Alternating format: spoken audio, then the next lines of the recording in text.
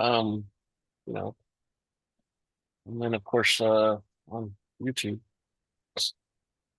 I would really expect the YouTube numbers to be higher, but I would think maybe we're just too old for the younger kids or something. I don't know what it is, but Yeah, we're too long. YouTube's like, yeah, yeah. I was looking at that. This last one we did was an hour and 15 minutes. Usually we run about 30 or 40 yeah. minutes long, which is good too. I mean, there was actually a lot to talk about, but anyway, let's uh let's get some stuff started. Did you hear that music a minute ago? This year's sun's over Yep, here. yep. All right, so we're gonna start. Welcome to the Rebel Alliance Briefing Room Podcast. We are here to podcast about anything and everything Star Wars with you. Please visit our website where you can play current and past episodes. That's https://RABR KyleJohansson.us. That's KyleJohansson.us. On the left-hand side is a navigation menu. You can use this to learn how to load the Rebel Alliance Briefing Room podcast on your Android or Apple phone and tablet. And we have direct links to our podcast on Apple and Google Podcasts. Please participate by connecting to our social media, answering questions of the week, or submitting feedback directly from the site. Again, all of these are available at the Rebel Alliance Briefing Room website at RABR.KyleJohansson.us. And now, it's time to talk Star Wars. Yay, Star Wars. I am Kyle John Johansson, and this is Andrew Scott Sutton. Say hello. Not really Andrew. That's more Rick over there. Andrew's incognito. So we're gonna go with Rick. And Rick's gonna have all kinds of fun. So even though Scott would normally ask me, what was that you were drinking? It's just a energy drink. The thing about it is you can't really see it there, but right up there at the top, wait a second. The light's hitting there funny. Arr. There you go. 35. 350 milligrams of caffeine. Woo! So a normal cup of coffee is about 65 milligrams. Yeah. If it's a stronger kind, it might be 80 or 90. Is that for the whole can? Or is that per serving? The entire can. One can is one serving. 15 calories, 0 sugar. What else is? I'm drinking the blue raspberry. Can't see it. There you go. If it's clear, it should be raspberry. It's got 1,000 micro milligrams of vitamin B12. Whoa, B12. B12 is supposed to give you energy. I'm giving my vitamin D. See, it's shining off right now. Look at that shine. Yes. It's disappearing. I think that was a Twilight movie, wasn't it? Yeah. Oh, wait a minute. I'm giving something away. All right. So today we're reviewing Star Wars Ahsoka Part 5 called Shadow Warrior. So we're going to go through the cast and everything first, and then kind of go for a recap review, and then we'll discuss it. And I do have a small amount of feedback. We're going to touch on it briefly while I'm reading this stuff at the beginning, and then we'll read the whole thing later. And it was an email. I don't know if you saw it. I think I actually got a notification from Twitter that I got an email, that I got a private message, and it might have come through to you too. I don't know. But anyway, we got that, and then I was going to go over some of the numbers on how much people have been watching us suddenly. So that'll be the whole thing here. Woohoo! So first off, so we don't forget,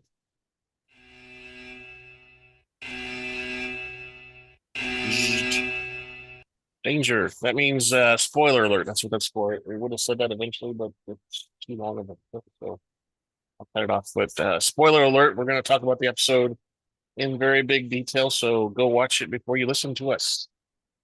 Same with all of our podcasts. Stop. Stop. You haven't Danger. watched it. Stop. Danger. Danger, Will Robinson. Danger. Danger. So that clip, I don't know if I've talked to you about that one before, but that one is actually a recording from a prison systems alert system. So like if there's a jailbreak or something, that's the sound that comes off. How'd you get that record? Well, it's just a general recording. Somebody recorded it and put it on the internet. Devices when you were incarcerated. Yeah. There's a couple other things I added to it too, but that is the base of it is that recording. It's basically almost. I would say most of the federal prisons have that klaxon sound. Thought you weren't ever going to share that story. Yeah, never sharing it. So today, the episode was directed by David Filoni and written by David Filoni, which I mentioned to you guys that I think every time he does both of those, it seems to be quite a good episode. Yep. This episode was pretty good, I thought. Agreed. It was edited by Rosanne Tan, and of course, the music was scored by Kevin Kinner. So part of the feedback I got was that I'm very bad at reading names correctly, and I'll just say that there's a reason for that. We'll discuss it later, but I'm going to try to read these better because of the feedback we got. So Ahsoka Tano is Rosario Dawson. Oh, look, we're getting another person joining. He's coming in late.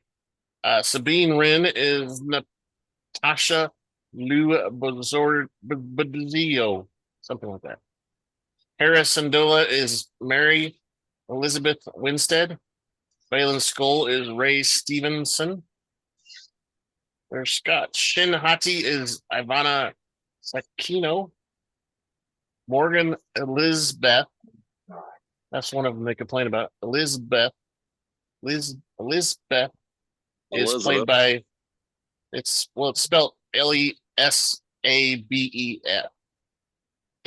So it looks almost just exactly like it, but there's a couple of vowels missing somewhere. Elisabeth is played by Deanna Lee and Santo. Here's the other one, Professor Huyang. I always say Hanoi. I don't know why, but it's Huyang. It's played by David Tennant. Hey Scott, what's up? Here. It's very dark in there. Mm-hmm. Jacen Syndulla is played by Evan Whitten. We don't want to know what he's doing in the dark. No, oh my gosh. Captain Girard is played by Lisa Davis.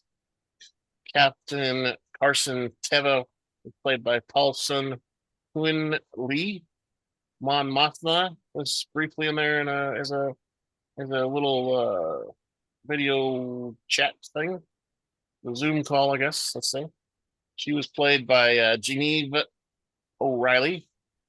All the clone troopers and Commander Cody were played by Temuera Morrison. Our Boba Fett guy. Yeah. Lieutenant Genevieve is played by Cha Numava. I don't know how to say that one either. Lieutenant Lander, Brendan Wayne. Anakin Skywalker. Hayden Christensen. They brought in the big guys this time, didn't they? Young Ahsoka was played by Adriana Greenblatt. The weapons officer is Gina Vittori. Comms officer is Anthony Latorel. That's a weird spelling there. So that's our cast. So I'm gonna take a drink and we're gonna listen to this big commercial. Hey, what about Rex? Over there. Are you a trooper? Is your armor always dirty? When do you find time to clean? It was Commander Cody. Rex wasn't in there. Okay. I'm just getting it from what they listed on the end of the show. Okay, I'll go with that. I don't think that's right, but okay. I think We'll Rex talk had a brief cameo there, but I could be wrong. Could be. We'll talk about it. Hey, you over there. Are you a trooper? Is your armor always dirty? When do you find time to clean it? Did rebel scum scratch and damage it? Does your helmet communications keep acting up? Stop by Aaron's Armor Sparkalorium before 1500 hours. We will wash, clean, and sanitize your armor for the next day pickup. Our patented galactically ancient secret cleaning techniques will have your armor sparkling just like a new Cerealian Y1300 freighter just off the assembly line. You will be the envy of all your friends and coworkers, from the castles on Lothal to the politicians on Coruscant to the environmentalists on Endor. Oh, For your next day service, stop by Aaron's Armor Sparkalorium. We are located in Tatooine's Mos Eisley Spaceport, directly across from Hangar 35. We will also repair and sell most parts at the best rates in the known galaxy. All services guaranteed and licensed by the Emperor himself to last a lifetime. Only at Aaron's Armor Sparkalorium. Means they got to be legit, right? Except Imperial credits only. Helmets and boots or services are extra. Well, it's double A Aaron, so it's not triple A. Sorry. No, it's just A wrong. There's no double A. No, it's A Aaron. It's double A. They didn't qualify for the triple A discount. That's what Scott keeps saying too, but I said it was even lower. It's just an A wrong. Hey, wait a minute. I thought we were selling quality products. Hey, you over there. Are you a trooper? Is your armor always dirty? When do you find time to clean it? Did rebel scum scratch and damage it? I don't have a helmet fast forward on communications this. keep acting up? Stop by Aaron's Armor Sparkalorium. Yeah, it's just a single A. Man, times are Scott tough. really wanted it to have two A's in it too, but The economy really is hitting places, isn't it? well, we're talking about the Empire, so you know. True. Everything's steal it or sell it cheap. Times are tough. Right. That's right. So again, today, to get Scott up, we're talking about Ahsoka Part 5, Shadow Warrior. It originally aired on September 12th. And I didn't put the minutes on here, but it was like 45 minutes, maybe. Yeah, it was long. It was close to 45 minutes. We're still in the same timeline, which is 9 before the battle or after the Battle of Yavin, sorry. So 9 years after the first Death Star exploded. So that means, Scott, it's time to grab your favorite beverage, pull up a chair, and join us in the Rebel Alliance briefing room. Yay.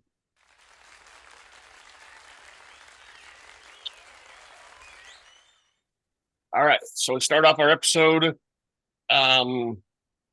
We see charred fragments of the star map, that little globe that Phelan Skull destroyed with his lightsaber.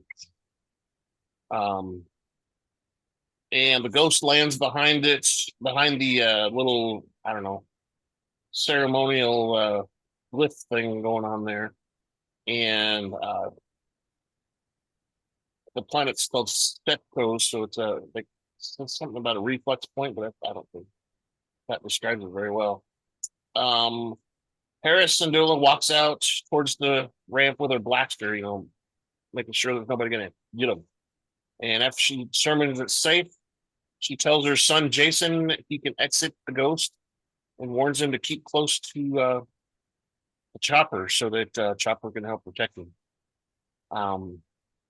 You know, since they aren't very familiar with the planet. When suddenly the general hears something in the distance and gestures for her son to get behind Chopper. Hera investigates the noise, and it's Huyang standing behind a pair of rocks, overlooking the ocean, holding the helmet of Sabine Wren. Huyang somberly recalls that he told Wren and Tano to stay together, but they never listen. These kids never listen anymore, right, Scott? Never listen. Scott. Okay. What? Sleep. Oh, I was looking for a response. He's sleeping. Okay. I snickered. Oh, no comments though. No, the only kids that don't listen to Kyle, the host, is his dogs.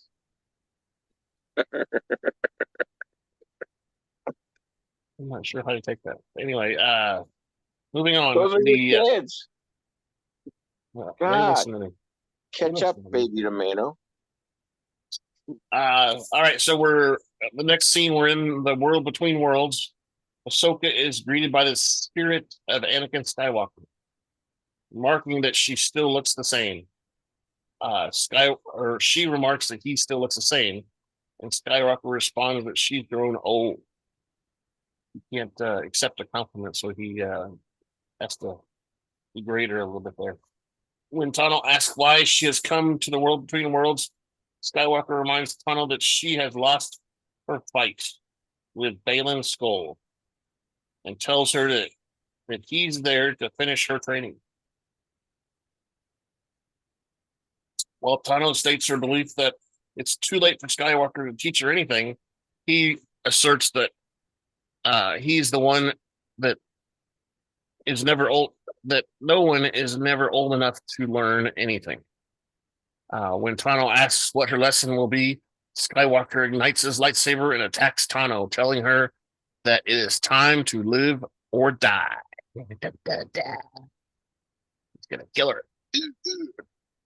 When Tano tells her old master that she will not fight him, Skywalker says that he has heard that before, which is a callback to when she fought Darth Vader, and she realized that Darth Vader was Anakin, and she said, "I'm not going to fight you anymore." I think that was in. I think that was in Rebels. Obi-Wan said the same thing, though.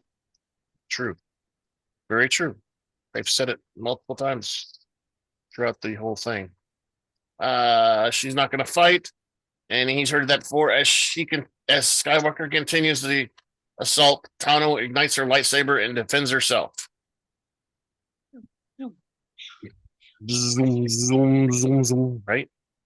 Back at the hinge, like Stonehenge. That's the way I prefer to call it, is the Stonehenge. General Syndulla searches for signs of Tano and Wren, while Huyang inspects two fragments from the star map, the round thing.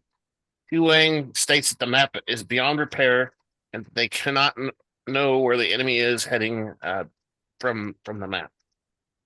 Syndulla asserts that they will get answers when they find Tano and Wren, but Huyang believes they are on the Eye of Sion with Morgan Elisabeth. You have to say it with a lisp. Elisabeth and her forces. Carson Teva joins and asks what the command tells her that the command of Senator Organa, which, it's a brief reference to Leia Organa, can't keep them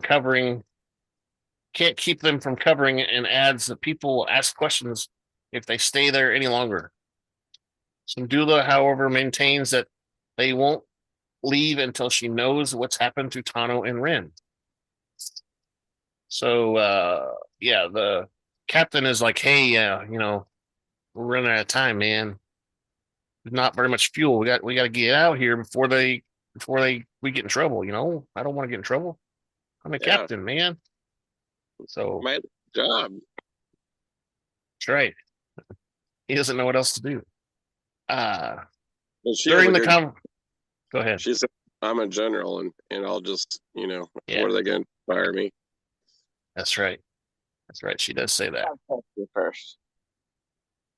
During the conversation, Jacen tries to tell his mother that there's something unusual about the water. She doesn't notice anything initially, but her son claims to hear sounds of a battle involving lightsabers. Like, what? Sounds like water. Slowly, as Syndulla closes her eyes, she comes to hear them I guess probably after doing a tiny bit of meditation too, it looked like. She closed her eyes and was like, and then all of a sudden, ooh, I hear it. Hera tells Teva that to get his squadron airborne and that she needs a full sweep of the ocean at low altitude. General Syndulla tells Huyang to come with her inside the Ghost while Jacen and Chopper stay at the hinge. When Teva asks what's going on, Huyang informs Teva that Jacen has abilities because his father, Kanan Jarrus, was a Jedi. We all remember Kanan through the Rebels. He used to be someone else before the Purge. You remember who he used to be, Scott? I forget what his name is. No, Caleb. Caleb, that's what it was. he didn't like showing his Jedi skills. Right, because he was afraid somebody was going to see him. Yeah, it was Caleb. It was Caleb Doom. Remember, Scott? Yeah, he had the dreams with the wolves or whatever, and they kept on saying Doom, Doom. Wolves would show up. Yeah. Anyway, Rick has no idea what we're talking about. As Tano and Skywalker continue their duel in the Worlds Between Worlds, Tano holds her own and suggests that perhaps her master doesn't have anything left to offer her. Skywalker smiles, saying that he hasn't taught her everything, before slicing into the platform underneath and sends her falling into the depths below. Doo-doo-doo. And then it turns into fog or something. And she lands on her face, I think. Tano awakens as a younger version of herself in a location obscured by fog. And as a clone trooper in Phase 1 armor, and many of the 501st Legion run by her, she is greeted by Skywalker, now wearing armor and appearing as he did when she first met him. He confirms that they are witnessing the battle from the Clone Wars. Tano doesn't understand why they would be experiencing this, which is one of her first missions. Skywalker says that is the problem, as his master heads farther into battle. What? That is the problem. That is the problem. She doesn't see past it. Tano ignites her original green lightsaber and follows him for answers. So a lot of people on the internet have been saying that they're excited about these scenes because this is the first time that the Clone Wars have been in live action. It's always been in the cartoons. But I think we did. Question about that. You guys might be able to tell me, because her lightsaber was a different color. So what's the reason or rationale for that? Or is that something you want to hold on to? No, Different crystal. I could tell you. So, yes, it's different crystal. But what happened was, Tano had originally had one lightsaber, of course. Yeah. And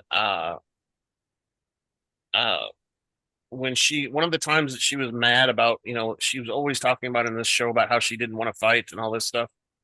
She turned her lightsaber into the Jedi Council and said she was going to quit. Okay. And that's why we see her further on in the show where she's it looks like she's fighting some Mandalorians, and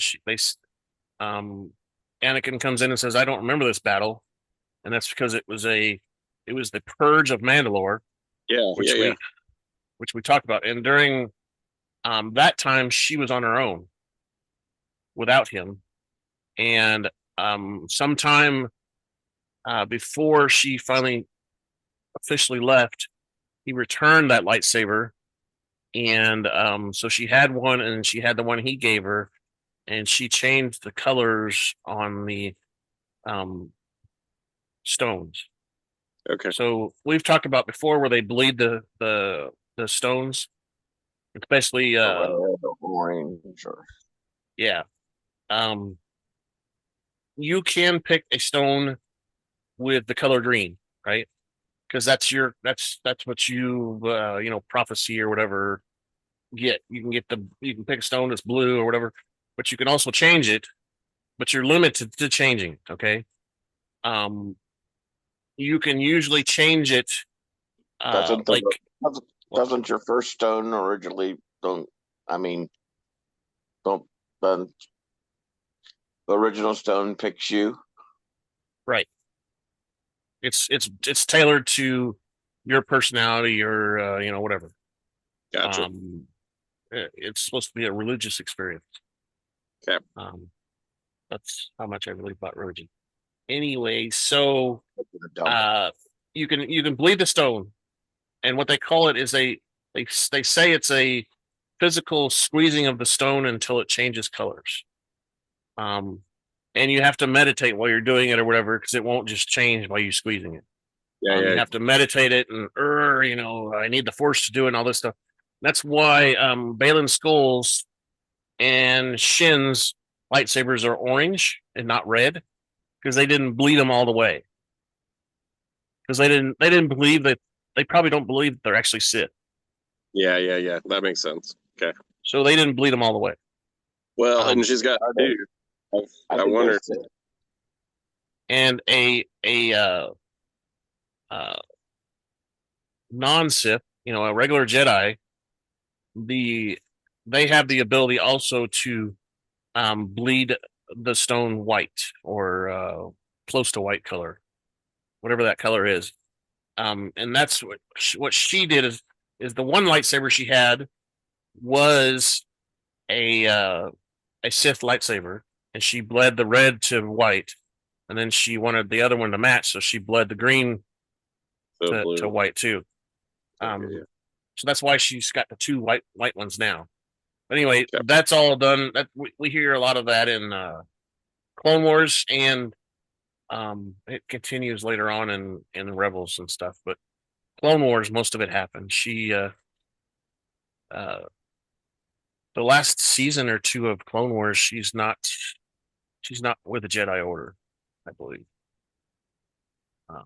Anyway, that's way far away, but that's why it's green. Is because that's what her original was. Gotcha. And I probably she bled him white, for the reason that she didn't think that she was a true Jedi anymore. She didn't believe in their cause because they were more militant and they were supposed to be peacekeepers. So she made them white for that reason. Gotcha. Doesn't that make sense to you, Scott? Yes, just peaceful. Exactly. All right. So green lightsabers. During a lull in the fight, Tano finds herself standing in an encasement with many injured clones. This is probably where you thought you saw Rex. The clone on the stretcher has a bandage over his head, and Tano rests her hand on the trooper, who reaches with his own hand. And Skywalker finds her and warns her that more separatist battle droids are approaching. Tano, however, still somber amidst the carnage, contemplates how they lost so many under her orders specifically. Skywalker offers masterly insight, and he reminds her that they are at a war and that it is a Jedi's job to lead, but affirms that mistakes and losses weigh heavy on him too. Skywalker explains how he must teach his Padawan to be a soldier despite his upbringing as a keeper of the peace. Tano wonders if fighting is the only thing she will have to teach her own Padawan one day in the future. But Skywalker pushes that fighting is how one survives. As explosions appear in the distance, Tano muses that she may want to stop fighting, which Skywalker says will mean that she will die. As Skywalker advances once more into battle, his appearance flashes between his Jedi self and his Sith identity of Darth Vader. Go ahead. And that's where we see Rex turn and say, "Good job, Commander," and then he turns and runs towards Anakin. And he had the blue. Yes. He had the blue on his thing. Rex was not blue. Oh, okay. So that was Cody. Cody is blue. What's I'll see Rex? if I I can- thought I'll see if I can find some more. Well, Cody was the captain, Captain Cody, and Okay. Rex was just a regular one. I think they were still under the same blue, maybe. I don't have a Cody because that's the Cody is the one that's like $400 probably. Yeah. Okay. But I might I have a can Rex afford it. around. That's when I No. guess I Okay. mistook the two because I thought that was Rex, so it was Captain Cody then. Yeah, Because we it's don't see. really cool. Like he just runs by her, then he turns around, says something, and then he turns and takes off. So that was Captain Cody at that point. Then okay, my bad. Yeah. right. Cody was always with Anakin. Captain Caveman. Captain Caveman. That's what you look like there with the beard and stuff. Captain Hey. Cody. Don't That's like yes. me and Rick look alike. Leave us alone. Yeah, I don't know about. Billy goats. Yeah. The Cody was always with They- with Anakin, and Rex was with Obi-Wan Kenobi, Okay. or My bad. the other one of the other ways around. I Either mean, that way or the other way. I don't know. But it definitely said in the credits that it was Commander Cody. So I had my doubts. I had my doubts too until I saw it in the credits. Okay. So we see him flash between Darth Vader and Anakin, and that's kind of foreshadowing too. We basically saying that this is around the time that Anakin started to doubt himself and want more power, and he's paying more attention to Sidious or Sidious, the Chancellor. Yep. See. And then we go back to the planet as Jacen and Chopper stay on the hinge. Teva's X-Wing squad, along with General Syndulla and Huyang, aboard the Ghost, continued their search for Tano and Wren. Despite Teva's suggestion that they may be depleted in fuel reserves, Syndulla orders an extension of their sweep. As Hera reveals the unauthorized nature of their mission to Huyang, she ponders if she is truly chasing ghosts. But Huyang assures her that her caring and steadfast nature is why people like her, which is a weird comment from a droid. Why would a droid find out why people like whatever? He has a Huyang- feelings chip. Yeah. I His, say that. No, he his doesn't. feeling. His feelings. That's the wrong show. I don't care. I do. I'm Huyang. making you're asking a question. I'm giving you an answer. Good. Huyang also asserts that there's still a chance they will find them given Tano's tenacious nature. Tenacious. Tenacious D. Exactly. When Huyang mentions Tano's master, and Dula asks what he was like, with Huyang responding that he was intense.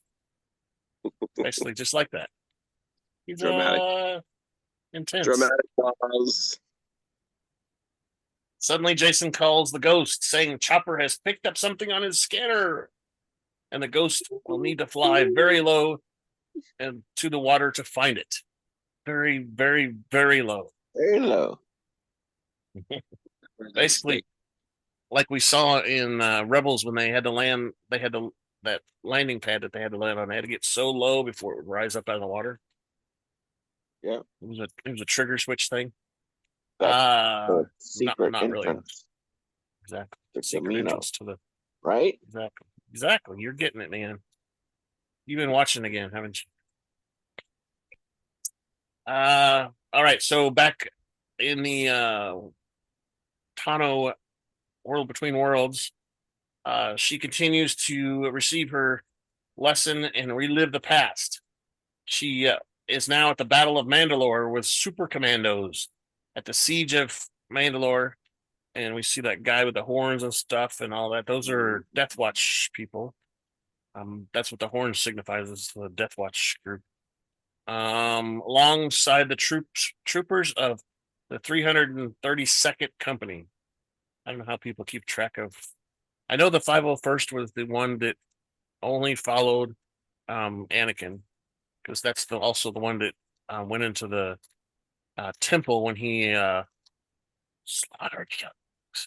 Killed the younglings. Yeah, I said that quite well. But Clone Commander Rex spots Tano and compliments her for work before she charges forward.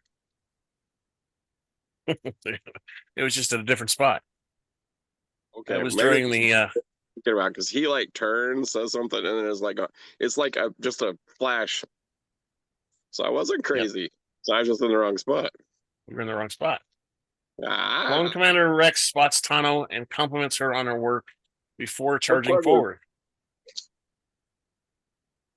Tano pauses, surveying the battle as Skywalker approaches her, saying that he does not recognize this battle currently unfolding.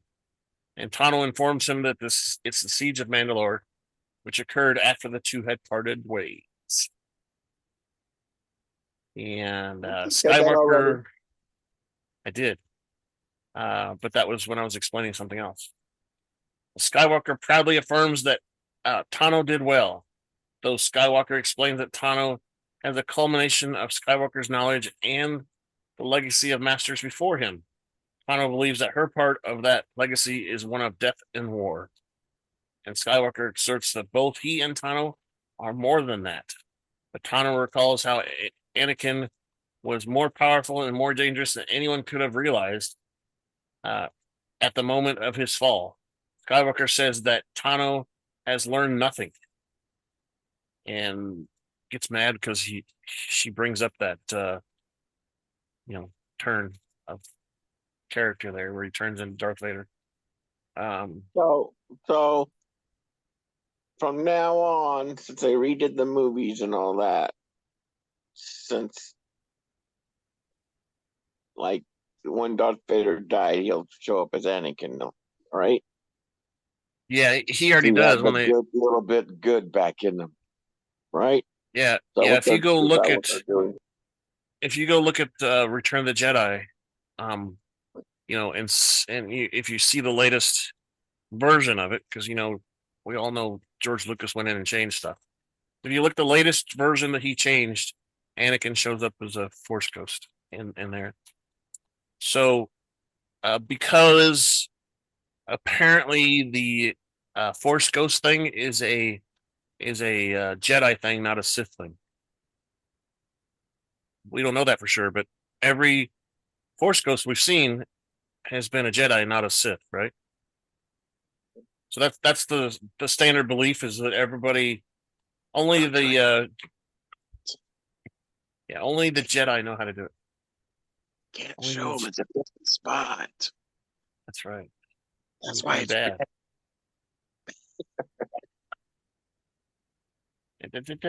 More than they can realize. At this moment, Tano has learned nothing and reminds her of her choice he gave her to live or die.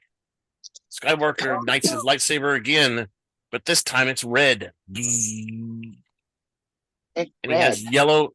He has yellow and red eyes. Because he's mad. He's turned to the Sith side. Oh, sorry. Tano once again attempts to refuse a fight, but Skywalker presses on, and the two duel vigorously. Ahsoka with both of her lightsabers this time. And I always thought, because of the extra training that she got, that she's probably better than Anakin anyway. So that's Chris. I'll fight you with my right hand. I'll fight you with my left hand. I'll fight you with both. I'll fight you with neither. Yeah. This is when Skywalker gets frustrated and kicks Tano back into the darkness of the world between worlds. And his form shifts back and forth between the helmeted Sith persona and the Anakin persona. We see in the background there's a little lightning, and every time the lightning we see is Great see him dilemma. change. Enraged by Tano's lack of conviction, Skywalker battles Tano down with a strike after strike, claiming that it is time for her to die. Da, da, da. Tano outmaneuvers Skywalker and takes his lightsaber. Ooh, turn of fate there. Holding it to his neck. I'm gonna cut your throat. It's the master Yeah. Holding it to his neck. However, she drops the lightsaber into the void, saying that she chooses to live. Satisfied. With a evil smile still. Skywalker smiles. Then he bows his head and concentrates for a moment so his eyes go back to normal. Normal state, and that he says that there's hope for her yet. As the world between world begins to rumble, Skywalker disappears, and it looks like it's like raining or something or whatever, and then it starts to fill up with water and envelops Tano, and she closes her eyes if the water covers her all the way. She doesn't even gargle, she just accepts it. At night, Tano is pulled from the waters by the New Republic Lieutenant Genesu and pulled aboard the Ghost as she whispers her master's name. Anakin. I love you, Anakin. When Tano reawakens aboard the ship, one rotation later, she reunites with Huyang, and the droid catches her up to speed. That looked like Titanic. Jack. And she was kind of on a plank too, wasn't she? Yeah. The loading ramp. Yep.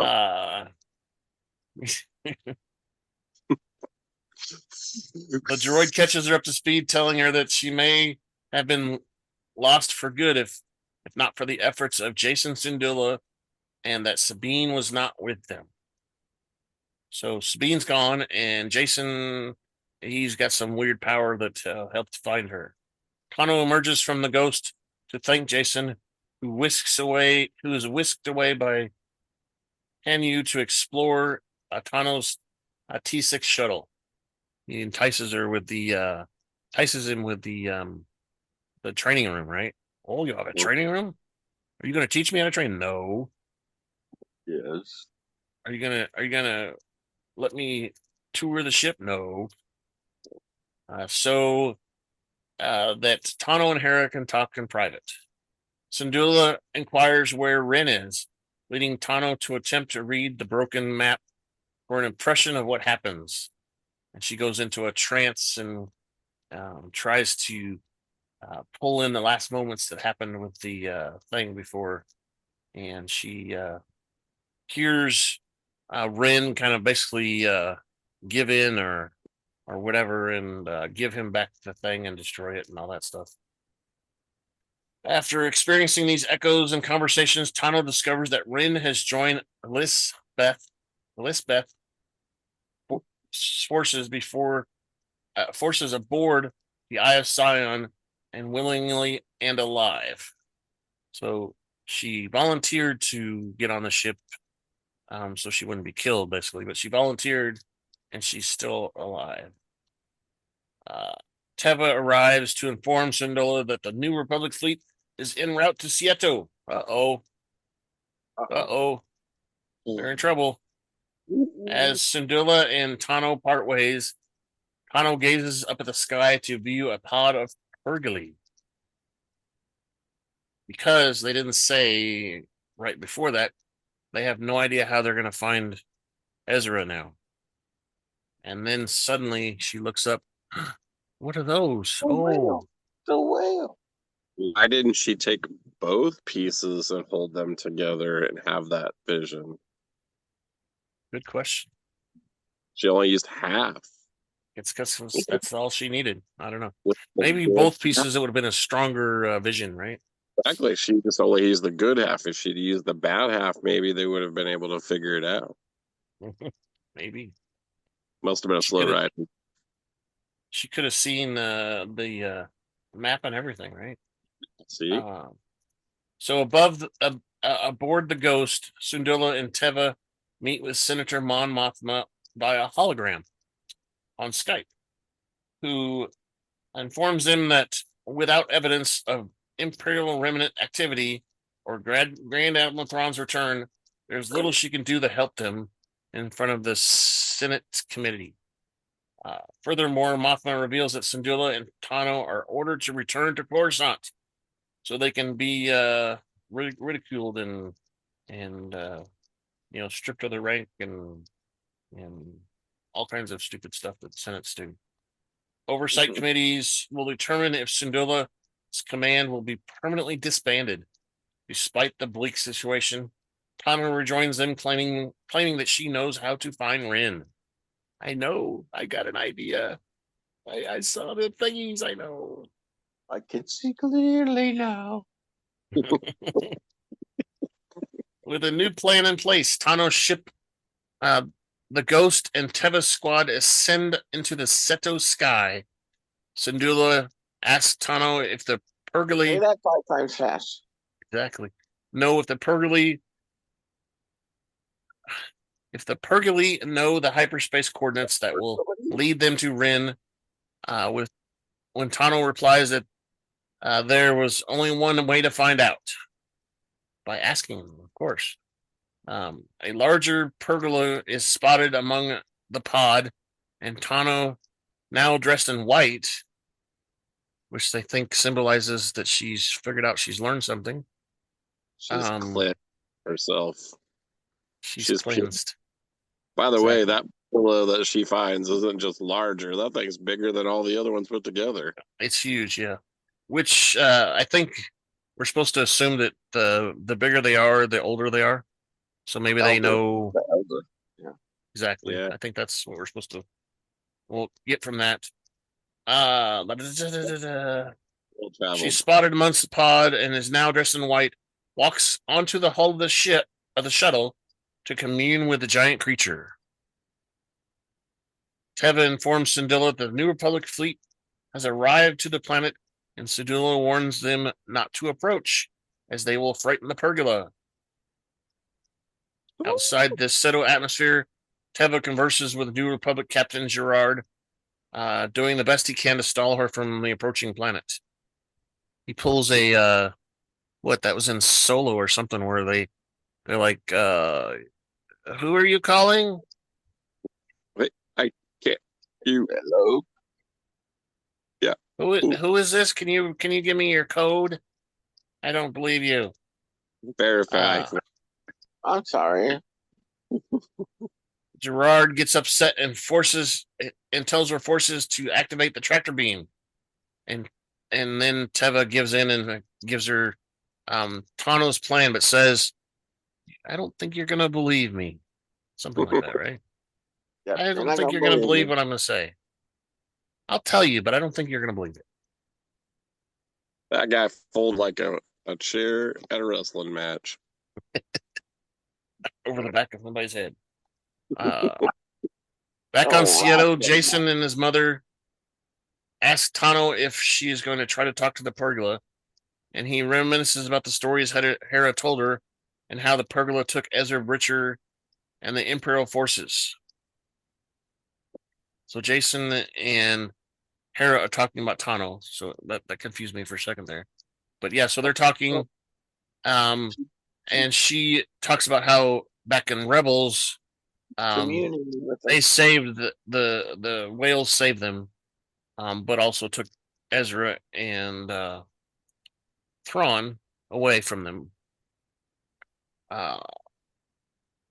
Asking the Purgila will take them to Bridger. Hera tells him that that is her hope, as Tano's out there, I don't know what, with her hand. I'm reaching out. Talk to me. Tano reaches her hand out to communicate through the Force. The enormous Purgila opens its mouth,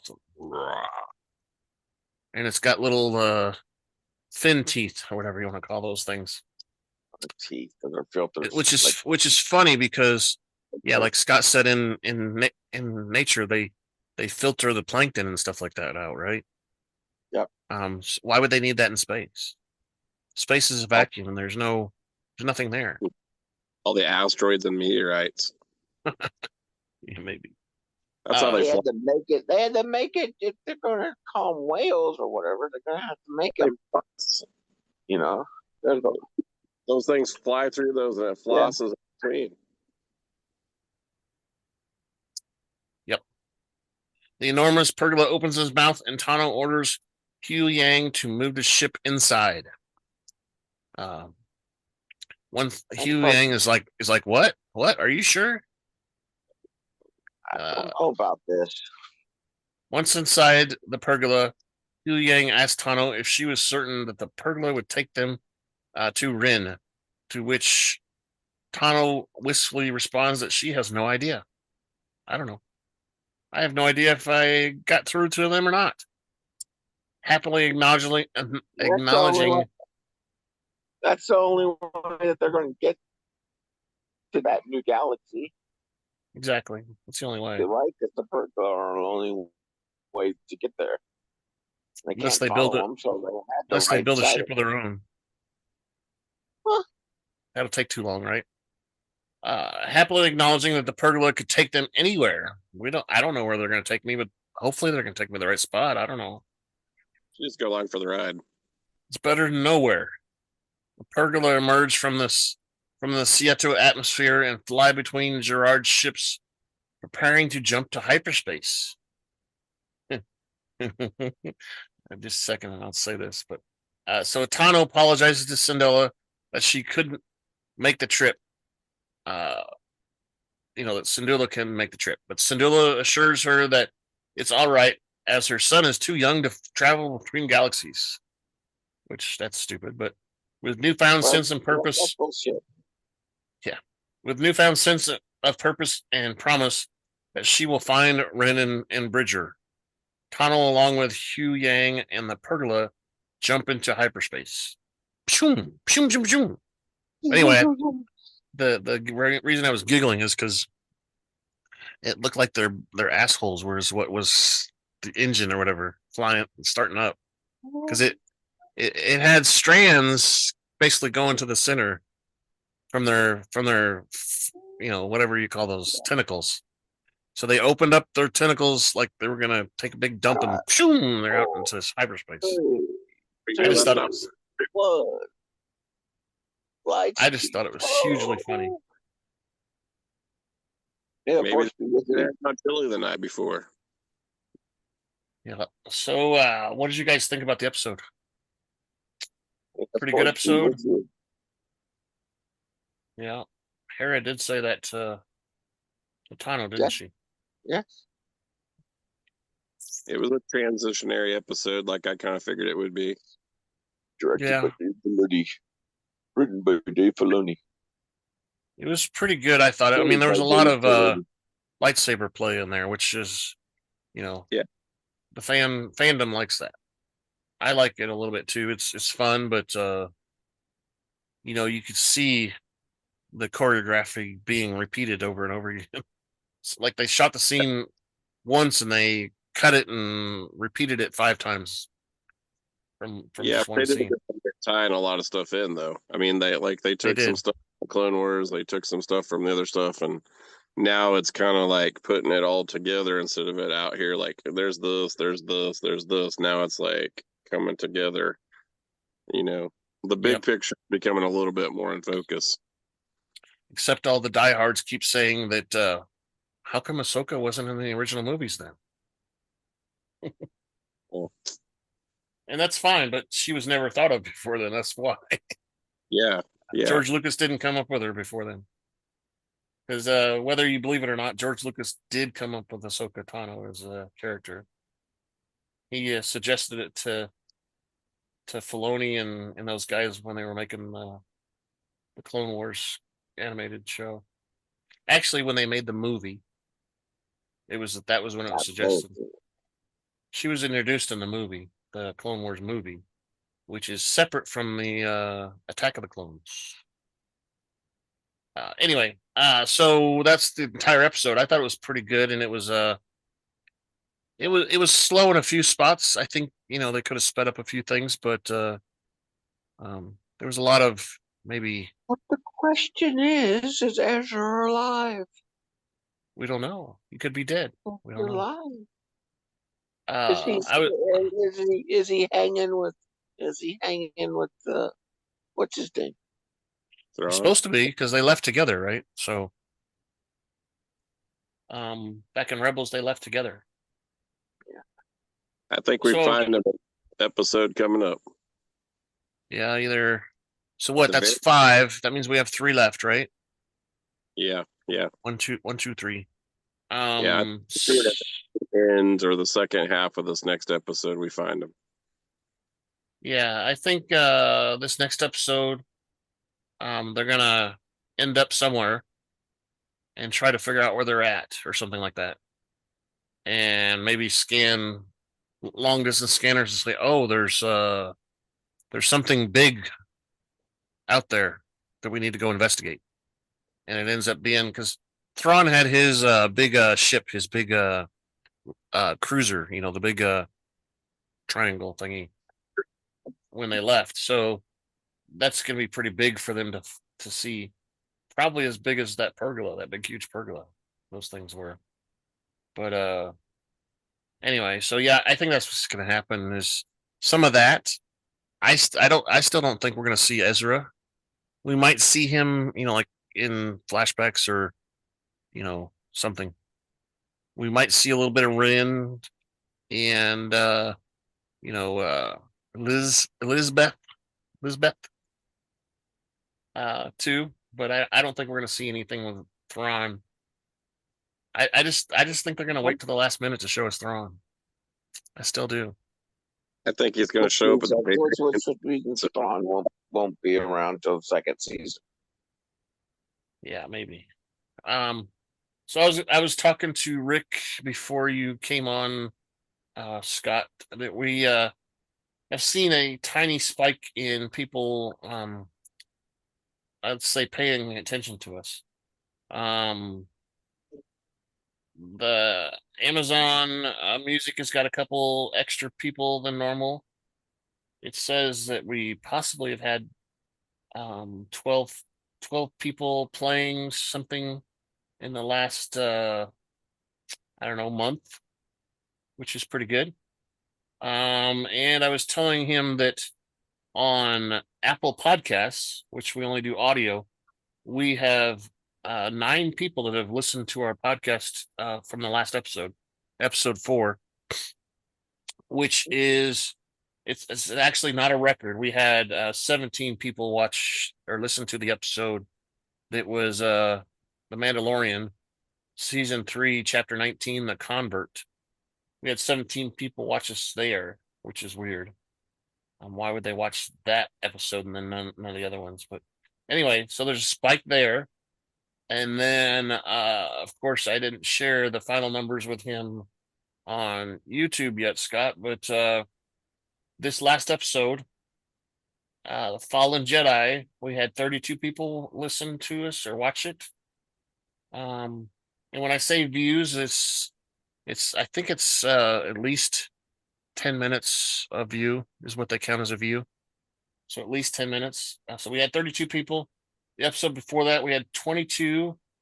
The second episode of Ahsoka, we had 31.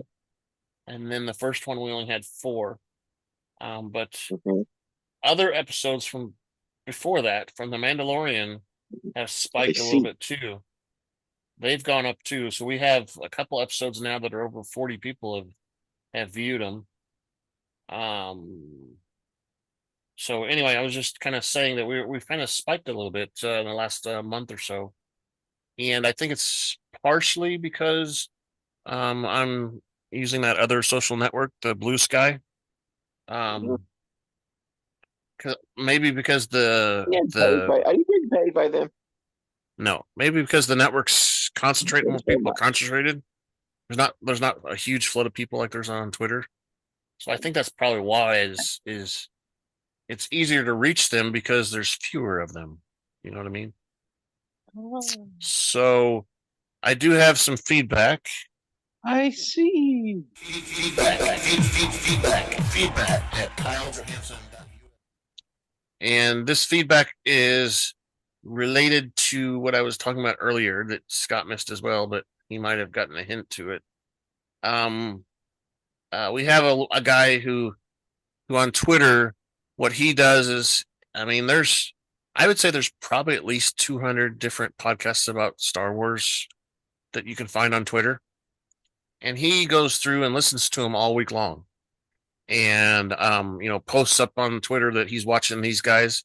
Usually when he posts our podcast and stuff, I talked to him a little bit about it. He said this week that he says, when you're listening, listen to the character's name when it's said. You're pronouncing a couple names incorrectly, and it's driving me bananas. His name ain't Hanoi, it's Huyang. Morgan Elisabeth isn't Elisabeth. So it's Elisabeth, and it's not Elisabeth. He says, my apologies if this sounds like I'm raising my voice. That's not my intent. Fun end listening to your show. He likes it when we discuss it at the end, I guess. Hey, Listens to it. Doesn't see all us wonderful faces.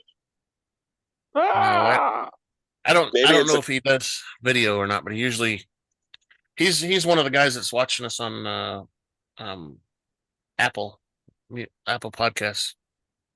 It's a copyright issue. We can't, repeat everything 100%. Trademark issue. There has to be mistakes. Yeah, come on. No, I can tell you why I say I'm wrong, and it's not necessarily on purpose. It's just because I have everybody pronounces my name wrong, so I have a thing with. I try to pronounce it right, but I always end up doing it wrong. Okay, Kale. Yeah. Sorry, Kaylee. I'm sorry. My apologies, Kaylee. Sorry. Exactly. Yeah, Kaylee. Nobody can pronounce it right. Kale. Which is Kale. Which is funny too, because he usually spells out my name when he's writing to me. He usually spells it out Kaylee, Kaylee. And this time he spelled it correctly. No way. Because he wanted to judge me, but no, I like this guy though. He's pretty nice. You like this guy, huh? He listens to podcasts all day at work, basically. Why don't you get him on? They're all Star Wars. Why don't you get him on? He's shy. He's sending us feedback. He sent us. Remember that one we had an audio feedback a while back, Scott? Yeah. Same guy. Well, that's awesome. I'm not trying to be mean, but is he sitting in a dark room in his mom's basement? Does he never leave? Could be. Now, we can't say that. We can just laugh about it and move on.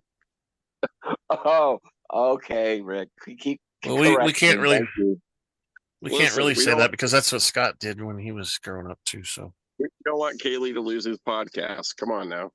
That's right. Those are going to take it away because I'm being too correct. So push the button again. Take it away because you Yeah. So again, you can send us feedback through all the ways. Feedback at KyleJohansson.us is one. You can go to our website. When we say go to the left side of the page, there's a link over there that says feedback, and it'll take you to a form, and you can fill that out. Unfortunately, unlike the email address, that one doesn't let you attach any video or audio. We're also on Twitter at super_duper_pod. We're on the blue. Yeah, that's yeah.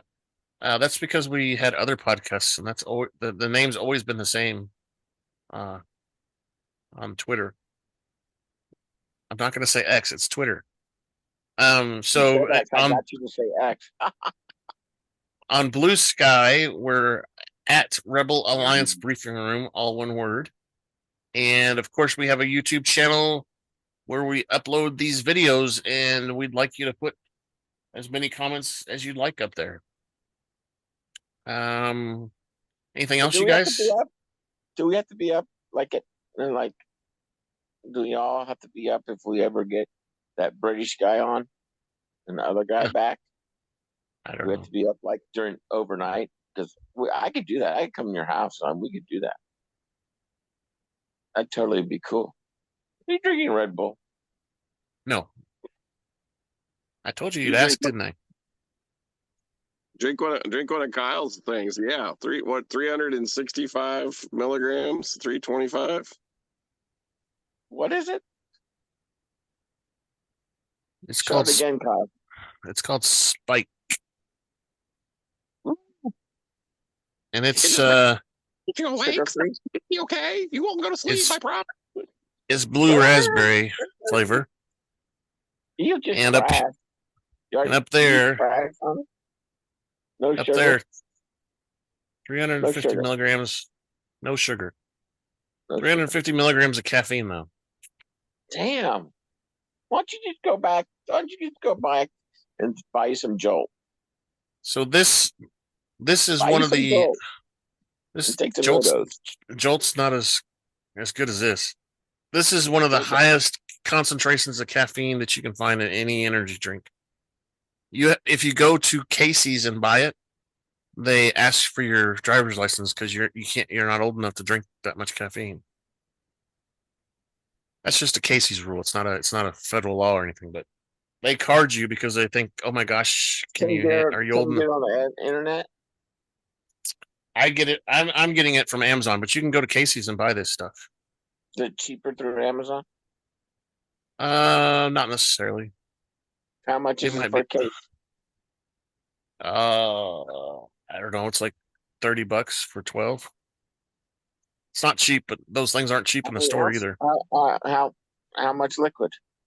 16? Oh my gosh, he's gonna get them. 16 right there. He's gonna start ordering them now. Well, I get my stuff through Amway. Disclaimer: this is no representation of any, trying to promote any merchandise. Oh my God! Why are you so PC? Disclaimer: because I want to. Kaylee can't. Free market society. Kaylee can't lose his podcast. I can't. I can barely afford to pay the 16 cents a month that it costs to run this thing. Come on. Shut up. I'll send you pennies. Hey, I'll put pennies on your driveway. I'll drive by tonight. You're the one that needs to shut up, Mr. Johnson County, on your shirt. With my truck. Wait until next week. He's going to have a hat. He's going to have a T-shirt that has it, Can't help that I got to go to work or just got home from work, We'll have real sponsors then. That's what I was looking for. We're not promoting sponsorship. Yeah. So it says mine is mine. Oh, I just left. Where'd I go? There you go. Is that a hunter? No, it's the Navy SEAL patch for let's see, what is it? I can't think of what it's called. I'll have to look it up really quick and tell you because I don't remember. Special forces or something. Yeah, well, it's not King Neptune or whatever, but not Jones or whatever, but it's a SEAL team patch. Cool. And a operator hat. It's a Oakley. Oh, I like that. Another shameless print. Is it fitted? Oh yeah, it's fitted. Yeah, okay. Yeah. It's become my favorite kind of go-to hat wearing around. So cool. Nice and comfortable. And he's got hair though, so most people put hats on all the time because they don't have hair, but he's got hair. Just a little bit. He's been using the dome armor a little too much. That's what it is. He's faded sides. Is it faded? He spilt the whole jar on him. Yeah, it worked really well. That's wicked. What do your students think about that? Oh, I wear it pulled back or I don't wear it pulled back. I wear it slicked back. So I just keep it slicked You back. can't wear hats in school. No, I just wear it with gel. Gel? I just gel it back just like this. So it's not quite long enough, to do much with it. So I just have to kind of keep it gelled back. So just enough to hold it in place during the day. And by the end of the day, it's kind of worn loose and kind of flopping. Yep. I got the mohawk going. Yeah, I had some ginger ale too. Oh, mixed. I hate ginger ale. You had a mixed drink. Yeah. No one and ginger ale's sugar free too. Well, I drank it before I got on the thing. Ginger ale's sugar free too. That's because you had to stay hydrated. We're gonna have to come up. We're gonna have to come up with the 16 cents this month. No, don't worry about it. Send it to him in the mail. Yeah. Contact me on Twitter and I'll send you the address. I'll leave 50 cents on your doorstep. How's that? No thanks. You can Venmo it. Venmo it. Yeah, I don't have any of that crap on my phone. Me either. I still believe in cash, but I haven't had cash in my hand for probably 3-4 years. Wow, no. I actually had a place refuse to take cash here about a month ago. Yeah. They say I had a place here in Independence say it was. Actually, it's at the city building when I was trying to pay my electric bill. Oh no, it's dirty. We can't take it. I'm like, well, so's your ass, but this is what I have. Well, and I forgot last week at the game at Arrowhead, they're cashless only too, and I didn't take my wallet with me. No way. Yeah. So it's credit card or debit card only there. So wow. So I was like, oh, that sucks. Oh yeah. So how's your pucker? How's my what? How's your pucker from being at the game?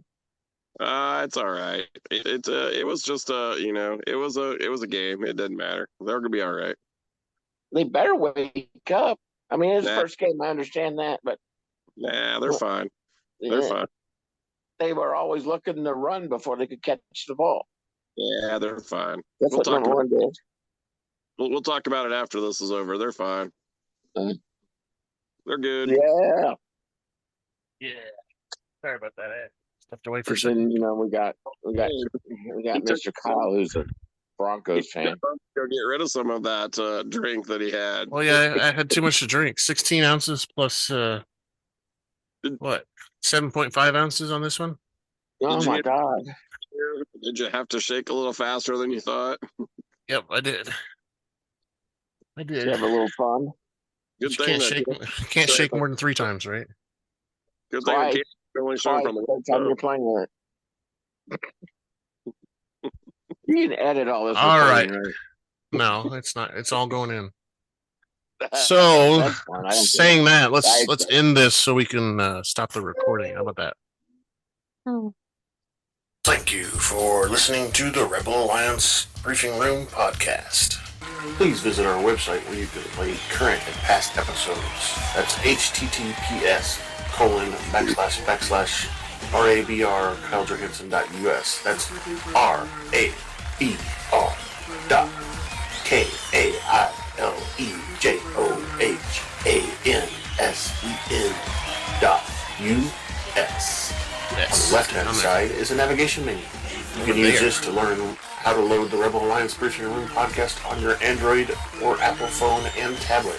And we have direct links to our podcast on Apple and Google Podcasts. Are you dialing the number? By connecting to our social media, answering questions of the week, or submitting feedback directly from the site. Again, all of these are available at the Rebel Alliance Briefing Room website at RABR.KyleJohansen.us. This podcast in no way is approved, sponsored, or owned by Lucasfilms Ltd., Disney, Disney Plus, or any of its subsidiaries. All opinions are solely owned by Kyle and or Scott, and in no way express the views or opinions of their past, present, views and opinions are not I'll get to it eventually. or restricted by Lucasfilms Ltd., Disney, Disney Plus, or any of its subsidiaries. Any rebroadcast, reproduction, or other use of this podcast and its affiliate sites without consent of Super Duper Podcast Network and its host is prohibited. Prohibited. Don't do it. I am Kyle Johansen, and this is Andrew Scott Sutton. He's over there. Goodbye one of those. It's in one of those cubes, and then there's Rick up over in that cube somewhere. One of those cubes. So that's us. Have a good week. We'll meet back here same time next week. Goodbye.